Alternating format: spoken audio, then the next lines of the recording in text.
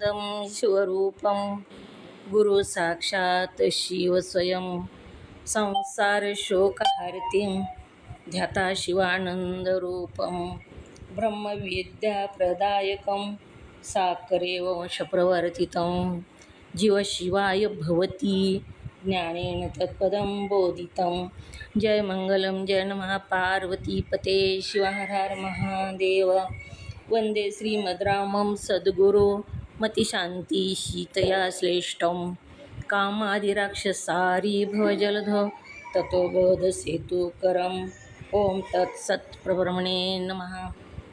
जगद्गुरु सिद्धारूढ स्वामींच्या चरणी वंदन करून श्रोत्रिय ब्रह्मनिष्ठ सद्गुरु शिवानंद स्वामी परभणीकर माझ्या हृदयामध्ये स्थापित करून सद्गुरु पंडित पितांबरजींना वंदन करून जगद्गुरु शंकराचार्यांना वंदन करून जगद्गुरु पंचाचार्यांना वंदन करून त्रिकालवंदनीय गुरुमाऊली लिंगायक्य गुरु महालिंगेश्वर शिवाचार्य महाराज यांच्याही चरणी अनंत कोटी प्रणिपात करून श्रोत्रिय ब्रह्मनिष्ठ सद्गुरु महादेव कुंभारप्पाजी यांच्याही चरणी शिरसाष्टांग प्रणिपात करून तुम्हा सर्व मोक्षू साधू संतांच्या चरणी विनम्र अभिवादन करून पंचीकरण ग्रंथामध्ये प्रवेश होऊया। पंचीकरण ग्रंथाचं पान नंबर 219 काढा। काल आपण 218 वर बघितलं। काय बघितलं तर यज्ञवल्क्य मुनींनी आपल्या पत्नीला जो उपदेश केला, मैत्रेयी नावाच्या पत्नीला ब्रह्मज्ञान प्राप्त कसं करून घ्यावं हे सांगितलं। मैत्रेयी आणि कात्यायनी दोघी 2 पत्न्या होत्या। कात्यायनीनं मात्र धन घेतलं, मैत्रेयी जीव होती ती धन नको आहे, मला ब्रह्मज्ञान पाहिजे असं म्हणून आपल्या पतीकडं मागणी केली। आपण सुद्धा आपण कोणाच्या पंक्तीतले हे विचार करायचा। आपण मैत्रेयीच्या पंक्तीतले लाईनीतले आहात का कात्यायनीच्या लाईनीतले आहात? दोन्हीही डगरीवर हात ठेवून जमत नाही। दोन्ही पेवावरी ठेवीत आहात होय घात द्याचा, म्हणून कोणतं तरी एक निवडावं लागतं। भाग्यानं आलं त्याचा भोग तर घ्यावाच, ते काय ढकलून देऊ नये, लुटून देऊ नये। जे प्राप्त झालं पूर्वजन्मीच्या कर्मानुसार आपल्याला सुख सुविधा धन त्याचा उपभोग घ्यावा, परंतु मला पाहिजेच असं हातपाय धुवून देवाच्या मागं लागू नये, दे म्हणून कात्यायनीने धन घेतलंय आणि मैत्रेयीनं मात्र मोक्षाचं ज्ञान प्राप्त करून घेतलेलं आहे। यज्ञवल्क्य मुनींनी जो उपदेश मैत्रेयीला केला तोच उपदेश आपण कालही बघितला आणि आजही बघणार आहोत। प्रथम वेदांत शास्त्राचं श्रवण करावं आणि ब्रह्म आणि आत्मा या दोघांच्या ऐक्याचा निश्चय उत्पन्न करून घ्यावा। निश्चयापर्यंत जावं, श्रवण करून पुन्हा श्रवण करून सगळे मनातले संशय दूर होतील अशा तऱ्हेनं मनन करून दृढ निश्चय करून घ्यावा। आणि वेदांत वाक्याचं तात्पर्याचा ब्रह्माच्या ठिकाणी निश्चय करणे त्याच श्रवण असे म्हणतात। आता शिष्य म्हणतो 6 प्रकारची लिंगे किंवा लक्षणे ती आपण सांगितली, त्याची नावे काय? 6 प्रकारच्या लक्षणांनी ब्रह्म समजून घ्यावं असं यज्ञवल्क्य मुनी आपल्या मैत्रेयी नावाच्या पत्नीला सांगत आहेत। तर शिष्य म्हणतं ही 6 प्रकारची लिंगे किंवा लक्षणे जी आपण सांगितली त्याचे नावे काय? कोणकोणती नावे आहेत? उपक्रम उपसंहार आदी 6 ही लक्षणे। उपक्रम उपसंहार आदी म्हणजे त्याच्यानंतरचे 5। उपक्रम उपसंहार 1 आणि त्याच्यानंतरचे 5 असे 6 मिळून लक्षण कोणते? उपक्रम उपसंहार. नंबर 1 लक्षण उपक्रम आणि उपसंहार. नंबर 2 अभ्यास. नंबर 3 अपूर्वता. नंबर 4 फल. आणि नंबर 5 अर्थवाद. आणि 6वा क्रमांक उपपत्ती. अशी 6 लक्षणांची नावे आहेत. लक्षणांची नावे किती आहेत? ब्रह्मज्ञान समजून घेण्यासाठी 6 लक्षणच सांगितले. ह्या 6 लक्षणाची नावे किती आणि कोणती? ओम नमः शिवाय. सुनीता बोल. 6 लक्षणांची नावे किती आणि कोणती? ओम नमः शिवाय. 6 लक्षणे 6 आहेत.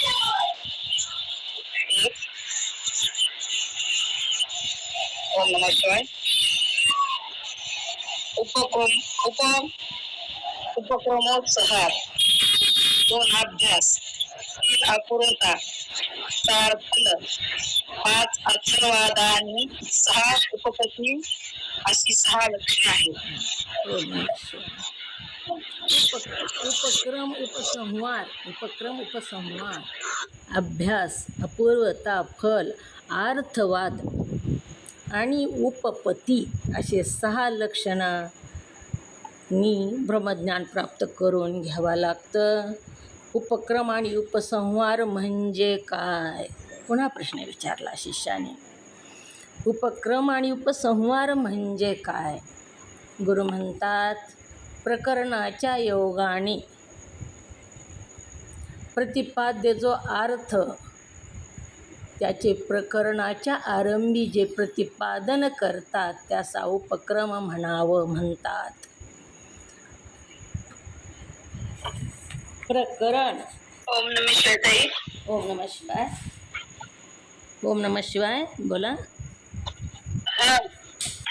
ओम नमः शिवाय ताई. मी म्हटलं काल तुम्ही ते श्रवणाचे 3 प्रकार सांगितले ना, तर ते शेवटचे श्रवणाचं लक्षण सांगित राहिलं होतं ताई. मग ते राहून जाईल म्हणे, आठवण केली, बाकी काही नाही. ओम नमः शिवाय. बरं. पहिलं कोणतं लक्षण आहे? पहिलं लक्ष. 3 लक्षणं कोणते? ओम नमः शिवाय सांगा. काय? ओम नमः शिवाय ताई. 1 अपादता लक्षण. 2 अंगी श्रवण लक्षण. अंग श्रवण. आणि 3 अंगी श्रवण लक्षण. अशी श्रवणाची 3 लक्षणं सांगितलेली. 3 प्रकारानं श्रवण करायचं आपल्याला. तर 3 प्रकार. पहिलं अपादता श्रवण म्हणजे संताची संगती केल्याशिवाय श्रवण होत नाही. संताच्या संगतीमध्ये श्रद्धा ठेवून भक्तीनं सतशास्त्राचं, सत्यवस्तूचं ज्ञान जे शास्त्र करून देतात. शास्त्र अनेक आहेत, पण सत्यवस्तूचं ज्ञान ज्या शास्त्रामध्ये सांगितलं आहे, अद्वैत 2 नाही, ब्रह्म आणि आत्मा एकच आहे, तूच आत्मा आहेस, ही अद्वैत आहे, 2 नाही, असं सतशास्त्राचं श्रवण जे करणं म्हणजे अपादता श्रवण. आता अंग श्रवण आपण बघितलं. अंग श्रवण म्हणजे थोडक्यात सांगायचं म्हणलं तर यालाच विचाररूपी श्रवणसुद्धा म्हणावं. विचार करायचा आहे आणि विचार करून संशय निवृत्त करून घ्यायचे. विचार करायचा, मनन करायचं, चिंतन करून सगळे मनातले संशय दूर होतील असं मनन करून दृढ निश्चय करून घेऊन जेव्हा संशय निवृत्त होतो त्याला अंगश्रवण असं म्हणावं. मनातले संशय सगळे निवृत्त करून घेणं, श्रवण करून त्याच्यावर विचार करून दृष्टांत आपल्या मनाला दृष्टांतानं समजून सांगून दृढ निश्चय करणं. कोणता निश्चय करणं? तर मी आणि ब्रह्म एकच आहे हा निश्चय करणं. कोणता संशय न राहता निश्चय होणं म्हणजेच अंगश्रवण. अंगी श्रवण म्हणजे मोक्ष प्राप्त करून घेणं. अपादता श्रवण आणि अंग श्रवण झालं की अंगी श्रवण आपोआप होतं. तिथं दुसरं करण्याची काही गरज नाही. अंगी श्रवण म्हणजे मोक्ष प्राप्त करून घेणं.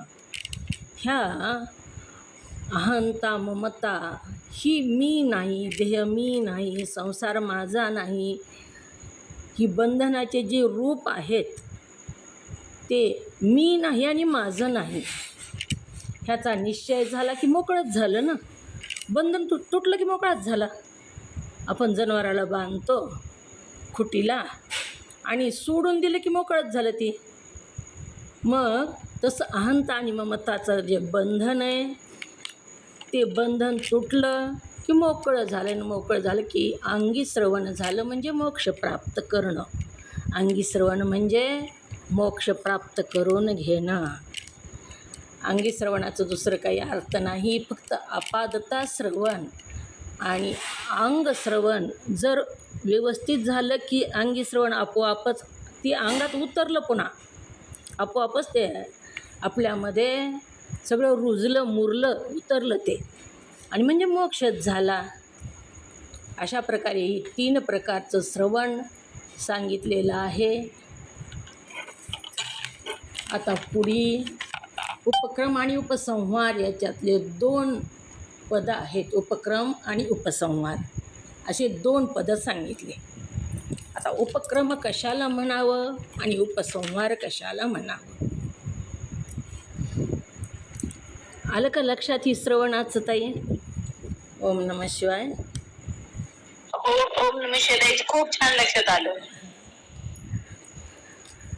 तर आता पुढे उपक्रम आणि उपसंहार सांगितलं. असे 2 पदं सांगितले. ह्या पहिल्या लिंग कशाला म्हणावं, तर लिंगसुद्धा आत्म्यालाच लिंग म्हटलेलं आहे. इथं वेगळ्या वेगळ्या पद्धतीनं आपल्याला समजून सांगत आहेत, आपल्याला समजावं म्हणून.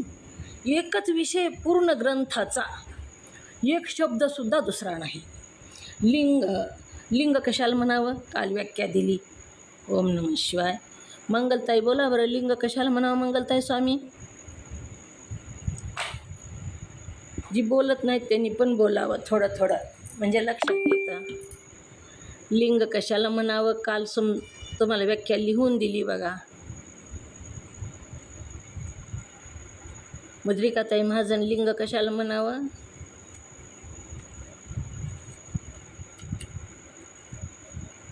लक्ष्मीताई बनाळे, लिंग कशाला म्हणावं?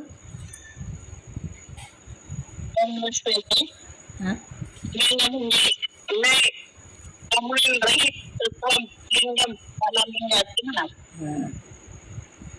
लय आणि गमन होत नाही. ओम नमः शिवाय. बरोबर आलं ताई, बरोबर आलं. मंगलताई स्वामी, आलं का लक्षात?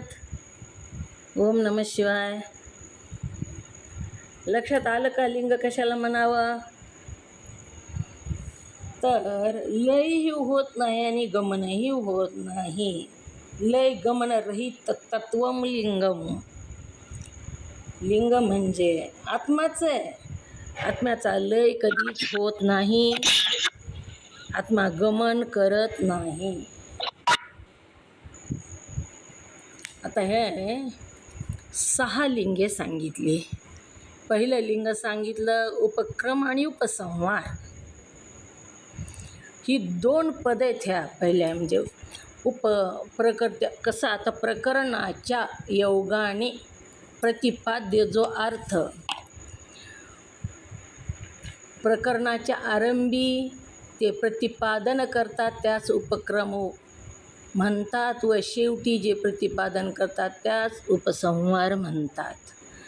प्रकरणाच्या योगाने म्हणजे आपल्याला ब्रह्मज्ञान सांगण्यासाठी प्रकरणमध्ये 9 प्रकरण दिलेले आहेत बघा. अब धडे कसे असतात, एक झालं की दुसरं, तसं प्रकरण असतात. तर ह्या प्रकरणामध्ये ह्या प्रकरणाच्या योगाने जो विषय प्रतिपाद्य विषय त्याचा अर्थ, जो विषय सांगायचा आहे त्याचा अर्थ समजून सांगत असताना आरंभी जो विषय सांगितला सुरुवातीला, जो विषय घेतला सुरुवातीला, त्याला काय म्हणावं? उपक्रम म्हणावं. उपक्रम, उपसंहार असं दिलेलं आहे. सुरुवातीला सुरुवात करताना जो विषय घेतला तो उपक्रम, आणि शेवट, आता प्रवचन पूर्ण झालं आणि शेवटी जो विषय घेतला तो उपसंहार. प्रकरणाच्या योगाने प्रतिपाद्य जो अर्थ, ज्या अर्थाचं आपल्याला श्रवण करायचे किंवा सांगायचे, तो अर्थ त्याचे प्रकरणाच्या आरंभी जो प्रतिपादन करतात त्यास उपक्रम म्हणतात. इथं दिलेले लिहून ते. शेवटी जे प्रतिपादन करतात त्यास उपसंहार म्हणतात. ते कसं? आता रामायणामध्ये रामविषयावरच सुरुवात होते आणि शेवटसुद्धा त्याच्यावरच होतो. महादेवाचं सांगू लागलं कोणी, प्रवचन महादेवाच्या रूपावर, गुणावर सांगत असेल शिवमहापुराणामध्ये, तर सुरुवात त्या शिवतत्वावरच होते. आणि उपक्रम, सुरुवात करणं म्हणजे उपक्रम, आणि समाप्ती, शेवट करणं म्हणजे उपसंहार. एकाच विषयावर सुरुवातही होते आणि शेवटही होतो. सुरुवात होणं म्हणजे उपक्रम आणि शेवट करणं म्हणजे उपसंहार. शेवट जे प्रतिपादन करतात त्यास उपसंहार संहार म्हणतात. उदाहरणार्थ छंदोक्य उपनिषदाच्या 6व्या अध्यायात प्रकरणाच्या योगाने प्रतिपाद्य जी एका अद्वितीय आणि स्वगत सजातीय विजातीय या भेदा वाचून असणारी ब्रह्मवस्तू, तिचे प्रतिपादन प्रकरणाच्या आरंभी करून प्रकरणाच्या शेवटी ते सर्व जग आत्मरूप आहे असा उपसंहार केलेला आहे. छंदोक्य उपनिषदाच्या 6व्या अध्यायामध्ये काय सांगितलेलं आहे? अद्वितीय जी ब्रह्म आहे ती स्वगत सजातीय व विजातीय ह्या भेदा वाचून आहे. आता स्वगत भेद कशाला म्हणावं? हँड रेस करा. स्वगत भेद म्हणजे काय? ओम नमः शिवाय. स्वगत भेद कशाला म्हणावं? ओम नमः शिवाय. ज्योतिताईने हँड रेस केला आहे. पुन्हा कुणाला दुसऱ्याला? सुनीता, कशाला म्हणावं स्वगत भेद?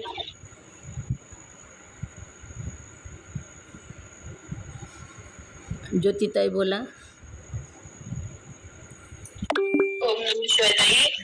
स्व म्हणजे स्वतः आणि गत म्हणजे वर्तन, म्हणजे आपल्या शरीरात वर्तन, म्हणजे शरीरामध्ये हात पाय हे आहे ना, तसं हे शरीराला स्वगत भेद असं म्हणतात. ओम नमः शिवाय. बरोबर आलं. सुनीता, कशाला म्हणावं स्वगत भेद? आलं का लक्षात? ओम नमः शिवाय. लक्षात आलं का स्वगत भेद कशाला म्हणावं? स्व म्हणजे आपण स्वतः, गत म्हणजे वर्तने, स्वगत भेद म्हणजे हात म्हणजे पाय नाही, पाय म्हणजे हात नाही, वेगळे वेगळे. ह्याच्यामध्ये भेद आहे का नाही? हात वेगळा, पाय वेगळा, डोळा वेगळा, कान वेगळा, ही सगळे शरीरावरचे जे अवयव आहेत हे वेगळे वेगळे आहेत. म्हणून स्वगत भेद म्हणजे स्व म्हणजे स्वतः, गत म्हणजे वर्तने, स्वतःच्या शरीरावर जे वर्तन करतात, वागतात वेगळं वेगळं, ती जो भेद आहे, हात म्हणजे पाय नाही, पाय म्हणजे हात नाही असा, कान म्हणजे डोळा नाही, डोळा म्हणजे कान नाही, हा जो भेद आहे त्याला काय म्हणावं? स्वगत भेद. मग अद्वितीय ब्रह्म जे आहे ते स्वगत भेदाविरहित आहे. दुसरा सजातीय व विजातीय या भेदा वाचून असणारी ब्रह्मवस्तू. सजातीय भेद कशाला म्हणावं? हँड रेस करा. कुणाकुणाला सांगायचे सजातीय भेद कशाला म्हणावं?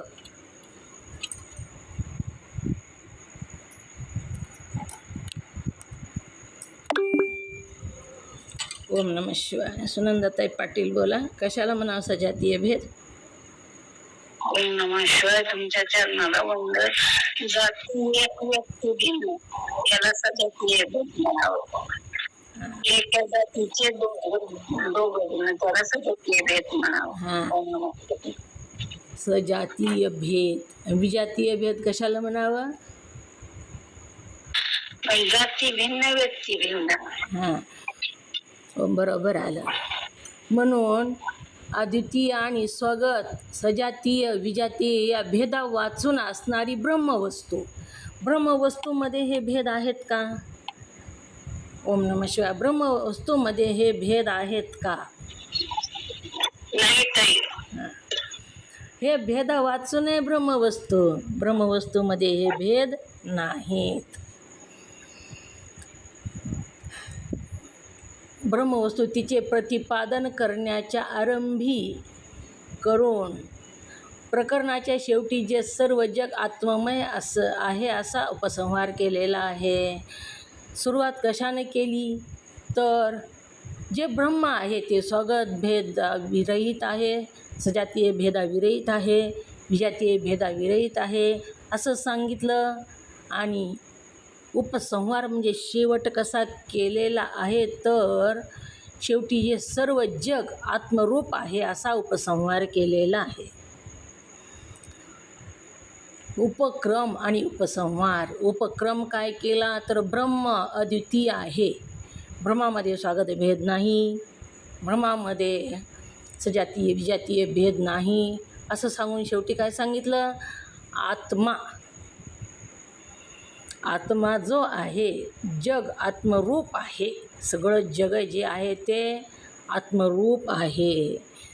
मग इथं सुरुवातीला काय सांगितलं आणि शेवटी काय सांगितलं? सुरुवातीचं आणि शेवटी वेगळं वेगळं आलं का? सारखंच आहे इथं? एकच आहे?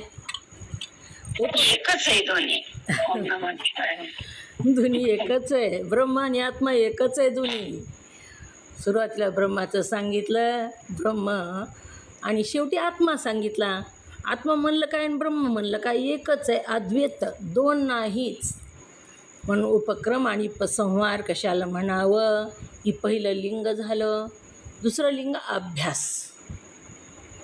शिष्य म्हणतं, गुरु महाराज अभ्यास म्हणजे काय? गुरु म्हणतात, प्रकरणात प्रतिपाद्य असे जे अद्वितीय ब्रह्म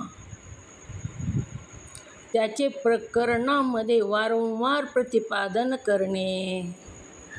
ब्रह्म अद्वितीय आहे, ब्रह्म एक रस आहे, ब्रह्म सजातीय विजातीय स्वागत भेदाविरहित आहे हे पुन्हा पुन्हा पुन्हा पुन्हा सांगणं. प्रकरणाचं प्रतिपादन जे अद्वितीय ब्रह्म याचे प्रकरणामध्ये वारंवार पुन्हा पुन्हा सांगणं. दुसरे ग्रंथ सांगत असताना किंवा कीर्तन प्रवचन करत असताना एकच शब्द एकच विषय पुन्हा पुन्हा सांगू नये असं सांगितलेलं आहे. परंतु ह्या ग्रंथामध्ये एकच पुन्हा पुन्हा पुन्हा पुन्हा सांगा. कोणताच दोष नाही तर पुन्हा पुन्हा सांगण्यामध्ये. कारण हे पुन्हा पुन्हा सांगितल्याशिवाय लक्षात येत नाही. म्हणून अभ्यास कशाला म्हणावं? तर वारंवार अद्वितीय ब्रह्माविषयी पुन्हा पुन्हा वारंवार सांगणं त्यालाच अभ्यास असं म्हणावं. अखंड सांगत राहणं, त्याला विसरू द्यायचं नाही, आठवण करू करू द्यायची, पुन्हा पुन्हा पुन्हा पुन्हा त्याला आठवण करून द्यायची. ती विसरण्याचा प्रयत्न करू लागला की त्याला जागं करायचं, पुन्हा सांगायचं, ते तूच आहेस. अशा प्रकारे ही ब्रह्माचं प्रतिपादन पुन्हा पुन्हा वारंवार वारंवार करणं म्हणजेच अभ्यास आहे. त्याला जागं करणं पुन्हा पुन्हा. जर हा अभ्यास सारखा नाही केला तर आपण प्रपंचामध्ये आहो बघा. या प्रपंचाचा लेप लगे आपल्याला लागण्याची शक्यता असते. म्हणून मरेपर्यंत अभ्यास करा म्हणून सांगितलं. ज्ञान जरी झालं तरीसुद्धा सत्संग करा, अखंड ह्याच्यामध्ये राहा, म्हणजे उजाळा मिळेल अंतःकरण रूपी भांड्याला काचाला. आणि अंतःकरण जर निर्मळ असेल जसं कंदील आहे आणि कंदाचा काचाला जर काजळी आली असेल तर प्रकाश नीट बाहेर पडत नाही, पडला तरी स्पष्ट बाहेर पडत नाही. तसं जसं काच घासावा लागतो, स्वच्छ ठेवावा लागतो, तरच प्रकाश बाहेर पडतो. तसं ही अखंड अभ्यास करत राहिलं तरच अंतःकरणाला काजळी येत नाही, नाही तर काजळी येण्याची शक्यता असते. ब्रह्मज्ञानी असला तरीसुद्धा ह्याच्या वातावरणात राहिल्यामुळे त्याचा वातावरणाचा परिणाम त्याच्यावर होण्याची शक्यता असते. म्हणून अखंड अभ्यास करा. अभ्यास करणं म्हणजे पुन्हा पुन्हा सांगणं. प्रकरणामध्ये वारंवार जे प्रतिपादन करणे त्याला अभ्यास म्हणतात.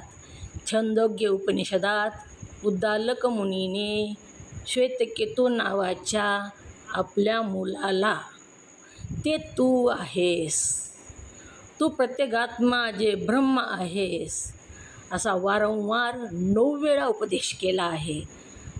असा उपदेशाला अभ्यास म्हणतात. उद्दालक मुनींनी आपला जो मुलगा श्वेतकेतू, असे पिता कुठंतरी सापडतात. हजारात लाखात एखादी माता आणि पिता सापडतात जी आपल्याला, आपल्या मुलाला ब्रह्मज्ञानाचा उपदेश करतात.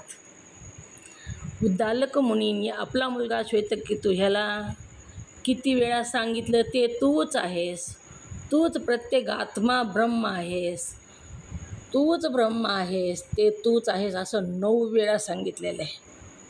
म्हणून पुन्हा पुन्हा सांगणं म्हणजेच अभ्यास, पुन्हा पुन्हा ऐकणं म्हणजेच अभ्यास. मदालसा नावाची एक संत होऊन गेल्या.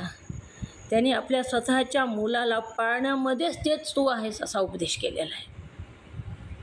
त्या अंगाईसुद्धा गात असताना ही जग खोटे, ह्या जगामध्ये गुरपटू नकोस, ह्या जगामध्ये आलास तर मोक्षच प्राप्त करून घ्या, अशा प्रकारच्या अर्थाच्याच त्या अंगाई गायच्या. म्हणून मदालसाने आपल्या बाळाला पाळण्यातच उपदेश केलेला आहे, तू ब्रह्म आहेस म्हणून. पण असं प्रपंचात कुणीच करत नाही. प्रपंचातले जे असतात ना, माता पिता नातेवाईक, ते कधीच हे सांगत नाहीत. ते प्रपंचातलंच सांगतात, रूढी सांगतात. आपले घरातले पूर्वज असे करत होते, तुम्ही तसंच करा पुढे, अशा प्रकारे ते सांगतात. परंतु ब्रह्मज्ञानाचा उपदेश कुणी करत नाही. तेवढंच नाही तर चांगल्या मार्गाने चालायला तरीसुद्धा माता पित्याला तिकडं जायला नको वाटतं. कीर्तनकार आहे स्वतः, माझ्यासारखा समजा, स्वतः कीर्तनकार आहे, प्रवचन करतो, पण आपल्या मुलानं कीर्तन प्रवचन करावं असं त्याला वाटत नाही. त्याला वाटतं डॉक्टर व्हावं, इंजिनियर व्हावं, प्रवाहाच्या दिशेनं व्हावं, म्हणजे इकडं वळू नये असं. आपण महाराजांचं दर्शन घेतो, पण माझाच मुलगा महाराज व्हावा असं नाही वाटत. दर्शन घ्यायला बरं वाटतं. म्हणून प्रपंचातले जे असतात ते असा उपदेश करत नाहीत. लाखात एखादे असे माता पिता असतात की जे आपल्या मुलाला ब्रह्मज्ञानाचा, आत्मज्ञानाचा उपदेश करतात आणि ही जी बंधनं आहे ती तोडण्याचा प्रयत्न कर असं सांगतात आणि त्याला सहाय्यसुद्धा करतात. उद्दालक मुनींनी आपला मुलगा श्वेतकेतू ह्याला 9 वेळेस सांगितलेलं आहे. आपण सुद्धा ह्या ग्रंथामध्ये रोज तेच सांगतो बघा, कितीतरी वेळेस तेच आहे रोज, शब्दात. उपक्रम आणि उपसंहार एकच आहे, विषयच आहे त्याचा. कोणता विषय? तर ते तूच आहेस, तूच ब्रह्म आहेस, तू दुसरं कुणीच नाहीस. ही ही प्रपंच दिसतो ते तुझा नाही आणि तू सुद्धा ध्येय म्हणजे तू नाहीस. हाच उपदेश आहे. तू आत्मा आहेस, ह्याच्याहून वेगळा आहेस. तिसरं लिंग ब्रह्माची अपूर्वता. तिसरं लिंगच काय सांगितलं? ब्रह्माची अपूर्वता. शिष्य म्हणतो अपूर्वता म्हणजे काय? तर प्रकरणाने प्रतिपादित अशा अद्वितीय वस्तूचे इतर प्रमाणाने जे अविषयीकरण प्रतिपादन होण्याची शक्यता त्यास अपूर्वता असं म्हणतात. ब्रह्माचं वेगळे वेगळे विषय देऊन ब्रह्म समजून सांगताच येत नाही. ब्रह्मासारखी वस्तूच नाही जगामध्ये कोणती दुसरी. ब्रह्म एकच आहे तेवढं. त्याच्यामुळं ते समजून सांगायला दुसरी कोणतीच वस्तू नाही. आणि अविषयीकरण प्रतिपादन होण्याची शक्यता त्यास अपूर्वता म्हणतात. श्रुतीशिवाय दुसऱ्या कोणत्याही प्रमाणाने ब्रह्म अप्रतिपाद्य आहे असे जे उपनिषदात सांगितलेले आहे त्यावरून किंवा ब्रह्म स्वयंप्रकाश रूप असल्यामुळे ते जाणून घेण्याच्या दुसऱ्या कोणत्याही प्रमाणाची जरुरी नाही. यावरून ब्रह्माच्या ठिकाणी ती अपूर्वता आहे असे जाणावे. ब्रह्म समजून घेण्यासाठी ब्रह्म सांगायचं आहे कसं आहे तर त्याच्यासारखी दुसरी वस्तू असावी लागेल. त्याच्यासारखं ब्रह्म आहे म्हणून सांगायला त्याच्यासारखी वस्तूच नाही तर कसं सांगावं. म्हणून अपूर्वता सांगितली. दुसरं कशानंच ब्रह्म समजून सांगता येत नाही. मग कशानं सांगता येतं तर श्रुतीशिवाय. फक्त श्रुती माताच ब्रह्म कसं आहे ती समजून सांगू शकते. दुसरं कशानंच ब्रह्म समजून सांगता येत नाही. म्हणून ब्रह्माला काय म्हणावं अपूर्व. अपूर्वता आहे ब्रह्मामध्ये. ब्रह्म समजून सांगण्यासाठी दुसरी वस्तू नाही. त्याला अपूर्वता असं म्हणावं. प्रमाण दृष्टांत वर्जित असा आत्मा आहे. आत्म्याला प्रमाणही देता येत नाही, दृष्टांतही देता येत नाही. प्रमाणाने दृष्टांताने जी कळतच नाही म्हणजे विषय होत नाही. अप्रतिपाद्य आहे. प्रतिपाद्य करताच येत नाही आणि विषयही होत नाही. म्हणून त्याला अपूर्वता म्हणतात. ब्रह्माच्या ठिकाणी अपूर्वता आहे. ब्रह्मासारखं दुसरं कोणी नसल्यामुळं त्याच्यासारखं ब्रह्म आहे असं सांगता येत नाही. म्हणून ब्रह्माच्या ठिकाणी अपूर्वता आहे. श्रुती माता मात्र सांगू शकते. ती कशानं सांगते तर शब्दानं सांगते. समजून कळेपर्यंत श्रुती माता शब्द प्रमाणानं सांगू शकते. पण ब्रह्म कळालं की शब्दसुद्धा नको आहेत. शब्दसुद्धा विराम पावतात. शब्दसुद्धा तिथं संपतात. अशा प्रकारे अपूर्वता. कशाला म्हणा अपूर्वता आलं का लक्षात? ओम नमः शिवाय. कशाला म्हणा अपूर्वता? उपक्रम उपसंहार कशाला म्हणावं ही तरी आले का लक्षात? अपूर्वता म्हणजे की ब्रह्म समजून सांगण्यासाठी आहे. ब्रह्म असं नाही म्हणून फक्त हे कोण सांगू शकते श्रुती माता सांगू शकतात. कारण ते शब्दांनी ते आपल्याला वारंवार सांगू शकतात. जसं समजून सांगण्यासारखं दुसरं ब्रह्म नाही म्हणून त्यांना प्रमाण सुद्धा म्हणजे जरुरी नाही. मग यालाच काय म्हणते तर अपूर्वता असेल. यालाच अपूर्वता म्हणावं. कारण ह्याच्यासारखं ब्रह्म आहे असं सांगताच येत नाही. कुठं मुलगी बघून आलो आपण तर म्हणतो त्याच्यासारखी आहे त्याच्यासारखी आहे, किंवा वस्तू बघितली तर त्याच्यासारखी आहे म्हणतो. पण ब्रह्मासारखी वस्तू दुसरी नाही. त्याच्यामुळं ब्रह्म कोणत्या तरी वस्तूसारखं आहे असं समजून सांगता येत नाही. म्हणून फक्त श्रुती माता शब्दाने सांगू शकते. म्हणून त्याला अपूर्वता असं म्हणावं. उपक्रम उपसंहार कशाला म्हणावं? ओम नमः शिवाय. नंदा काकी बोला. उपक्रम उपसंहार कशाला म्हणावं? उपक्रम उपसंहार कशाला म्हणावं? ओम नमः शिवाय. ज्योतिताई. अपूर्वता हे सांगणार होते. उपक्रम उपसंहार सांगा ना. लक्षात आलं का? 6 लिंग आपल्याला समजून घ्यायचे. तर पहिलं लिंग कोणतं सांगितलं? उपक्रम आणि उपसंहार.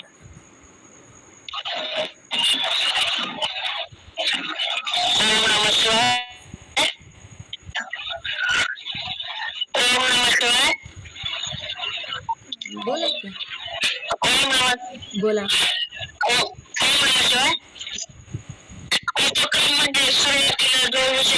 करतो त्याला उपक्रमाच्या म्हणतात.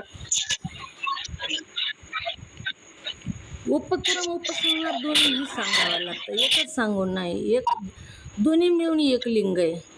उपक्रम उपसंहार, उपक्रम आणि उपसंहार दोन्हीचंही सांगा. उपसंहार म्हणजे शेवटी उपसंहार. हां, बरोबर आहे.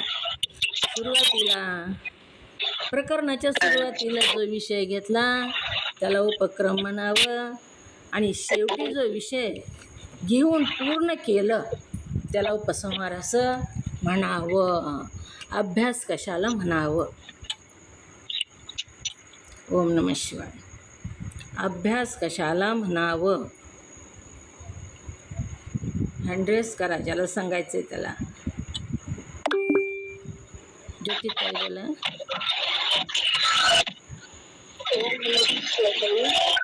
गुरु महाराज आपल्याला सांगतात, गुरु महाराज प्रकरणामध्ये आपल्याला वारंवार सांगतात की अद्वितीय ब्रह्म आहे. म्हणजे ब्रह्म कसा एकच आहे, म्हणजे तू म्हणजे ब्रह्म आहे असं आपल्याला सतत वारंवार प्रत्येक प्रकरणामध्ये सांगतात. तरी त्यांनी सांगितलेले किंवा म्हणजे शेतकऱ्यांना सुद्धा किती वेळेस तर 9 वेळेस सांगितलेले की वारंवार त्याचा उपदेश केलेला आहे. किंवा म्हणजे तूच म्हणजे काय तर ब्रह्म आहेस, म्हणजे अद्वितीय ब्रह्म आहे असे त्यालाच काय म्हणतात अभ्यास म्हणते. बरोबर आलं. पुन्हा पुन्हा तेच ते सांगणं ह्यालाच अभ्यास असं म्हणावं. सांगू मी पण अभ्यास. अपूर्वता सांगा. अपूर्वता. ओम नमः शिवाय. अपूर्वता ब्रह्म कशाने सांगता येत नाही. ब्रह्म कशाने आणि ते समजावून सांगण्यासाठी दुसरी वस्तू पण नाही. ब्रह्मासारखे दुसरे कोणी नाही. श्रुती माता फक्त शब्द रूपाने ब्रह्माविषयी सांगू शकते. बरोबर.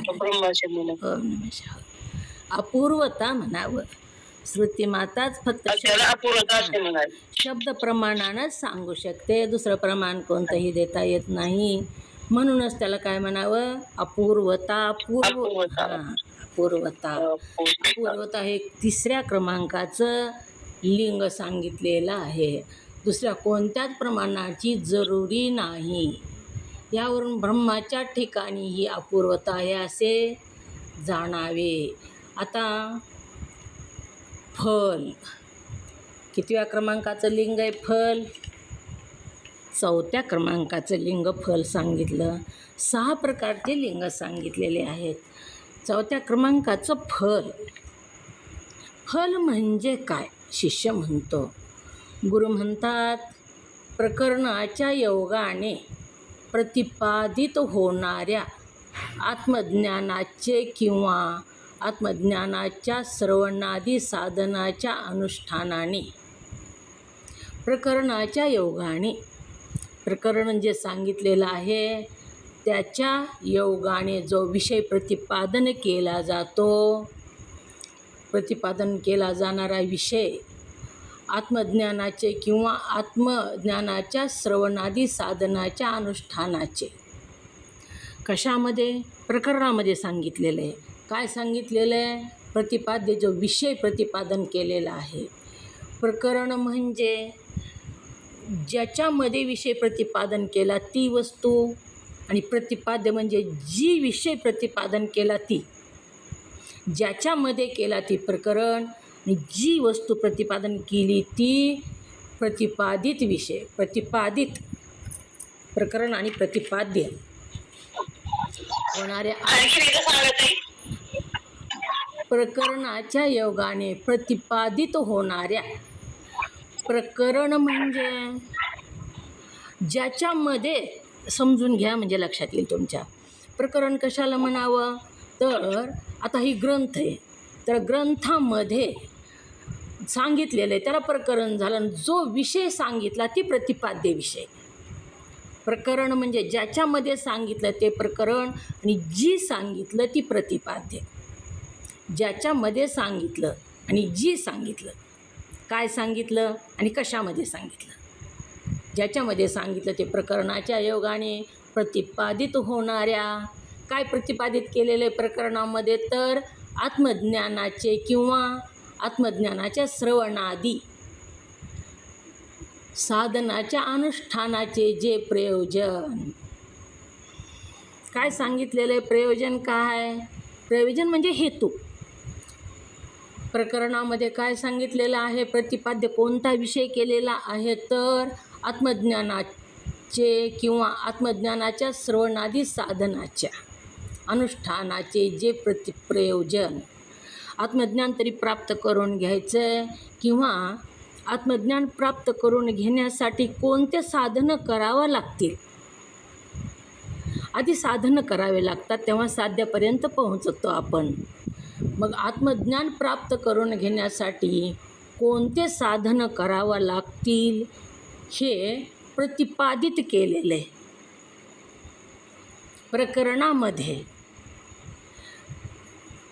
ज्या साधनाच्या अनुष्ठानाने जे प्रयोजन व त्या संबंधाचे श्रुती त्या ठिकाणी वचने ऐकू येतात किंवा उल्लेख पाहण्यात येतात, त्याला प्रयोजन फल म्हणतात.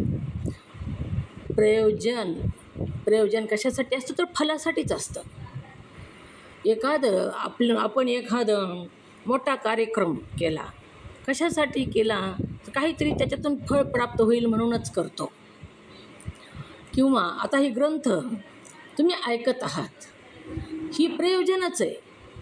कशासाठी, तर ब्रह्मज्ञान, आपल्याला आपल्या आत्मज्ञान करून घेण्यासाठी. हेच प्रयोजन आहे ह्याचं. प्रयोजन म्हणजेच फल आहे. प्रयोजन म्हणजेच काय, फल आहे. तुम्ही जो ग्रंथ ऐकत आहात, आदित्य ब्रह्मज्ञान पंचीकरण ग्रंथ, हे कशा करता ऐकत आहात, ह्याचं फल काय, तर आपल्या स्वरूपाची ओळख करून घेणं हेच फल आहे त्याचं. प्रयोजन म्हणजेच फल आहे, त्याच्यासाठीच तुम्ही ऐकत आहात आणि ती फल म्हणतात. उदाहरणार्थ, ब्रह्मनिष्ठ आचार्याच्या गुरुच्या उपदेशाने पुरुष आत्म्यास जाणतो. उदाहरण दिलेलं आहे. उदाहरणार्थ, ब्रह्मनिष्ठ आचार्याच्या, ब्रह्मनिष्ठ वर का निष्ठा असं आचार्य असं म्हटलेले नाहीत, ब्रह्मनिष्ठ आचार्याच्या म्हणजेच गुरुच्या. ब्रह्मनिष्ठ आचार्य म्हणजे सद्गुरू. सद्गुरूच्या उपदेशाने पुरुष आत्म्यास जाणतो. सद्गुरूच्या मुखामधून तत्वमसी, ते तूच आहेस, ह्याचा विश्लेषण करून ते कोण, तू कोण, ते तू कसा आहेस हे सांगतात. तेव्हा काय होतो, पुरुषाला आत्म्याला जाणतो. तो पुरुष जो ऐकतो तो आत्म्याला जाणतो. ब्रह्म जाणणारा ब्रह्मरूपच असतो. ज्यानं ब्रह्म जाणलं तो ब्रह्मरूपच असतो. तो ब्रह्म त्यानं स्वतः जाणल्याशिवाय त्याला दुसऱ्याला सांगता येत नाही. पवायचं आहे आता, तर पवायचं शिकविणारा जो आहे, त्याला स्वतःला पवाय आलं तरच दुसऱ्याला शिकवू शकेल का नाही. पवाय शिकवाय जर गेला आणि स्वतःलाच पवता येत नसेल तर तो दुसऱ्याला शिकवू शकेल का पवायला. म्हणून इथं सांगू लागलेले आहेत, ब्रह्म जाणणारा जो असतो तो ब्रह्मरूपच असतो. ज्यानं ब्रह्माला जाणलं, ब्रह्म म्हणजेच आपण आहेत ना. मग ब्रह्माला जाणलं म्हणजे आपल्या स्वतःच्या आत्म्याला जाणलं, आणि ब्रह्माला जाणलं म्हणजे आत्म्याला जाणलं, आत्म्याला जाणलं म्हणजे आपण आत्मरूप ब्रह्मरूपच झालो. म्हणून इथं सांगू लागलेले आहेत, ब्रह्म जाणणारा ब्रह्मरूपच असतं. आत्मतत्व जाणणारा शोकसागर तरून जातो. ज्यानं आत्मतत्व जाणलेलं आहे, तत्व कशाला म्हणावं, ओम नमः शिवाय, तत्व कशाला म्हणावं. पूर्ण ग्रंथ होत आलाय, पहिल्या पानावरचं तरी लक्षात आहे का तुमच्या, थोडं तरी लक्षात ठेवायला पाहिजे. सांगू का ताई? ओम नमः शिवाय. हो सांगा. ओम नमः शिवाय. आरोपित कोई तत्व काही, अनारोपित कोई तत्व काही. इथं अनारोपित तत्व आहे. इथं आत्मतत्व ही अनारोपित तत्व आहे. आणि आरोपित तत्व कोणते ताई? आरोपित तत्व आरोप म्हणजे हे स्थूल देहाचा आत्म्यावर आरोप आहे ना, आरोपित आहे. जे पंचमहाभूताचे हे तत्व सांगितले ते आरोपित तत्व आहे. आणि आत्मतत्व ही अनारोपित तत्व आहे. कोणताच आरोप नाही, अनारोपित तत्व आहे. आत्मतत्व जाणणारा शोकसागर तरून जातो. ज्यानं आत्मतत्वाला जाणलं त्याला कोणताच शोक होत नाही. तो शोकसागर तरून जातो. आणि आत्मतत्वाचा आरोप ध्येयावर जर घेतला तर शोकसागरात बुडून जातो. ध्येयाला जो आत्मा म्हणतो तो शोकसागरात बुडून जातो. आणि सत्य आत्मा ध्येयापेक्षा वेगळा आहे. ध्येय म्हणजे मी नाही असं ज्यानं जाणलं त्याला कशाचा शोक होईल हो? कशामुळे शोक होईल? ध्येयच मी नाही जर म्हणलं तर सगळं दुःख कशामुळे? तर ध्येय मी म्हणल्यामुळेच आहे दुःख. ध्येय मी आणि ध्येयाधिक माझे ही अहंता आणि ममता सर्व दुःखाचं मूळ आहे. आणि मूळच उपटून टाकलं तर मग शाखा पल्लव सगळे जळून जातात. म्हणून आत्मतत्व जाणणारा शोकसागर तरून जातो. त्याला कोणताच शोक होत नाही. शोक कुणाला होतो? कुणाला होतो शोक? ओम नमः शिवाय. दुःख कुणाला होतं? दुःख कधी होतं, सुख कधी होतं हे कळायला पाहिजे. आपल्याला सुख प्राप्तीसाठी आपण ही धडपड सुरू केली. मग सुख कुठं आहे? सुख कुठं आहे ते माहिती पाहिजे का नाही? आपण जिथं चाललो, जी वस्तू आणायला चाललो ती कोणत्या दुकानात मिळते, कशी मिळते, केवढ्याला मिळते, त्याच्यासाठी काय करावं लागेल ही माहिती पाहिजे का नाही? मग आपल्याला सुख पाहिजे. सुखाच्या शोधात आपण चाललो तर मग सुख कुठे? ओम नमः शिवाय. ब्रह्मज्ञान करून घेण्यात सुख आहे. आत्मतत्व जाणणारा शोकसागर तरून जातो. ब्रह्मज्ञान म्हणजेच आत्मज्ञान. बरोबर आलं. ब्रह्मज्ञान ज्यानं जाणलं, ब्रह्मज्ञान जाणलं म्हणजे आत्मज्ञान आत्म्याला ज्यानं जाणलं तो शोकसागर तरून जातो. त्याला शोक अजिबात होत नाही. आणि जो ध्येयालाच मी म्हणतो त्याचा एकही दिवस सुखाचा जात नाही. आपण सुखात असल्यासारखं दिसतात लोक, पण कोणीच सुखात नसतात. कोई धन से दुखी, कोई मन से दुखी, कोई तन से दुखी. कुणाला धन नाही म्हणून दुःख आहे, कुणाला मनाला दुःख आहे, कुणाला शरीराचं दुःख आहे. म्हणून ही शोकसागर आहे. आणि ध्येयात अहंता ममता ठेवली की एक दिवस नाही, एक क्षणही सुखाचा नाही. ज्ञानेश्वरीमध्ये ज्ञानेश्वर महाराजांनी सांगितलं प्रपंच इंगळ्याचं अंथरुण आहे म्हणून सांगितलं. बघा त्यांनी इंगळ्याचं अंथरुण आहे. आणि इंगळ्याच्या अंथरुणावर झोपतो आणि सुखाची आशा करतो. पण इंगळ्याचं अंथरुण सोडणं मग सुख मिळेल. इंगळ्याच्या अंथरुणावर झोपायला आणि सुखाची आशा करू लागला तर इंगळ्या डंक मारल्याशिवाय राहतात का? त्याच्यावरच झोपला इंगळ्याच्या अंथरुणावर, विंचवावर नाही, इंगळ्यावर. आणि त्याला सुख कुठून मिळेल? म्हणून आत्मतत्व जाणतो तो शोकसागरात तरून जातो. इत्यादी म्हणजे गुरुद्वारा झालेल्या श्रवणाधिक साधनाच्या योगाने तयार होणे म्हणून सांगितलेले जाणारे हे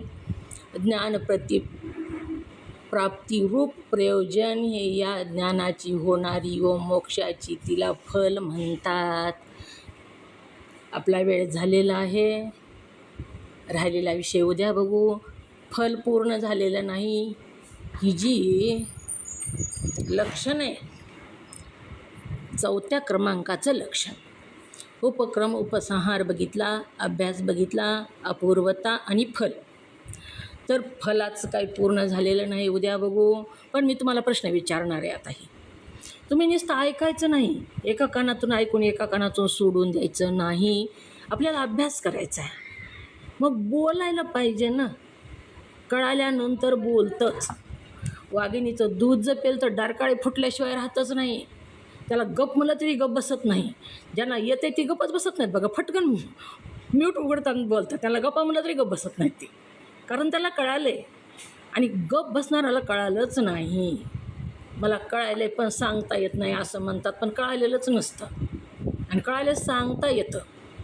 वाघिणीचं दूध पिलं तर डरकाळी फुटतेच. म्हणून ही जी 6 लिंगे आहेत ही मी उद्या विचारणार आहे तुम्हाला. ह्या 6 लिंगाचा अभ्यास, 4 लिंग झाले, 4 लिंगाचा करा. आपल्याला पुढचे लिंग 2 राहिलेत बघायचे अजून. ते राहिलेले विषय उद्याच्या भागात बघू. झालेली सेवा सद्गुरू माऊलीच्या चरणी समर्पित. तुम्हा सर्व मुमुक्षू साधू संतांच्या चरणी समर्पित करून सेवेला पूर्णविराम.